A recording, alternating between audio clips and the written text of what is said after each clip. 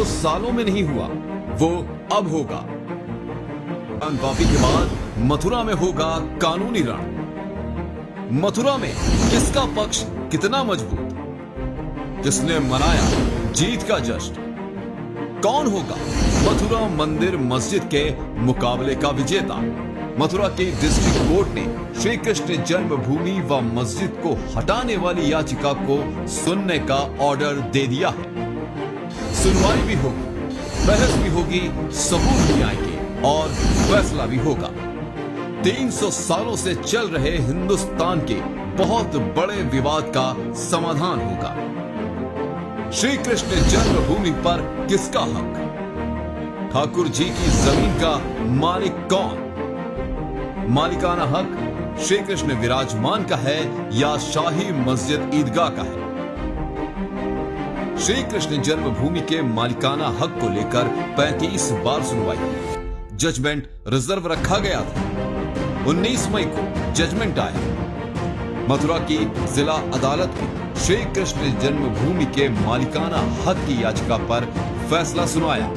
मतलब ये कि 13.37 एकड़ में मौजूद श्री कृष्ण जन्मभूमि और शाही ईदगाह मस्जिद है, जिसमें 10.50 पर श्री कृष्ण विराजमान यानी कि ठाकुर केशव देव जी का हक और 2.84 एकड़ पर शाही ईदगाह मस्जिद।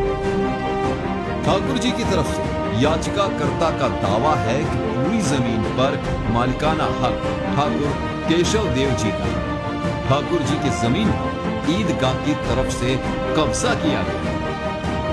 ठाकुर जी के मालिकाना हक को लेकर मथुरा के जिला जज ने लोअर कोर्ट में सुनवाई शुरू करने का ऑर्डर दे दिया। लेकिन सुनवाई होगी तो होगा क्या? जन्मभूमि के पक्षकारों का यह कहना है कि वो सेमीफाइनल जीत गए। ये बात तो ठीक है, लेकिन फाइनल होगा क्या, ये समझना भी जरूरी है। तो समझते हैं। दरअसल मालिकाना हक के अलावा मथुरा की जिला अदालत में लोअर कोर्ट में श्री कृष्ण जन्मभूमि को लेकर कई याचिकाएं पहले से दाखिल की गई, जिनमें से कई खारिज हो चुकी हैं, जबकि 8 याचिकाओं पर सुनवाई जारी है। और अगर मालिकाना हक की याचिका को सेमीफाइनल कहा जा रहा है तो फाइनल का आधार यही 8 याचिकाएं हैं, जिनमें से ज्यादातर याचिकाओं में श्री कृष्ण जन्म स्थान के मालिकाना हक, पूजा कराने और ईदगाह को हटाने की बात कही गई है। 8 याचिकाओं में से 2 याचिकाओं पर 1 जुलाई को सुनवाई होनी है। श्री कृष्ण विराजमान की ओर से वादी मनीष यादव केस में उनके वकील देवकी नंदन शर्मा ने 2 याचिकाएं दाखिल की हैं, जिनमें कहा गया है कि मथुरा की शाही ईदगाह की निगरानी 24 घंटे की जाए, सीसीटीवी कैमरे लगवाए जाए, डीएम, एसएसपी और सीआरपीएफ के कमांडिंग ऑफिसर्स को निगरानी की जिम्मेदारी दी जाए। शाही ईदगाह की पूरी निगरानी प्रमुख सचिव देखें। ज्ञानवापी मस्जिद में शिवलिंग पाए जाने के बाद इस बात की भी आशंका जताई गई है कि शाही ईदगाह में हिंदू प्रतीक मिटाए जा सकते हैं। इसलिए यहाँ एएसआई को भेजा जाए ताकि वो यहाँ के पत्थर आदि की पहचान करें और देखें ये उनके दायरे में आता है या नहीं। कोर्ट ने दोनों याचिकाओं की तारीख 1 जुलाई दी। ईदगाह के पीछे मंदिर है, इसको लेकर सर्वे की भी मांग हो रही है। दरअसल मथुरा विवाद के पीछे 1968 के एक समझौते का जिक्र किया जा रहा है। उसी समझौते को ठाकुर जी पक्ष अवैध कह रहा है और इसे याचिका में चैलेंज किया गया है। दरअसल 1951 में श्री कृष्ण जन्मभूमि जन्म ट्रस्ट बनाया गया। इसके बाद यह तय किया गया कि वहां दोबारा भव्य मंदिर का निर्माण होगा और ट्रस्ट उसका प्रबंधन करेगा।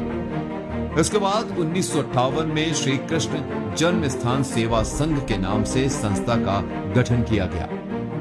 कानूनी तौर पर इस संस्था को जमीन और मालिकाना हक हासिल नहीं था, लेकिन इसने ट्रस्ट के लिए तय सारी भूमिकाएं निभानी शुरू कर दी थी। इस संस्था ने 1964 में पूरी जमीन के लिए एक सिविल केस दायर किया और 1968 में खुद ही मुस्लिम पक्ष के साथ समझौता कर लिया।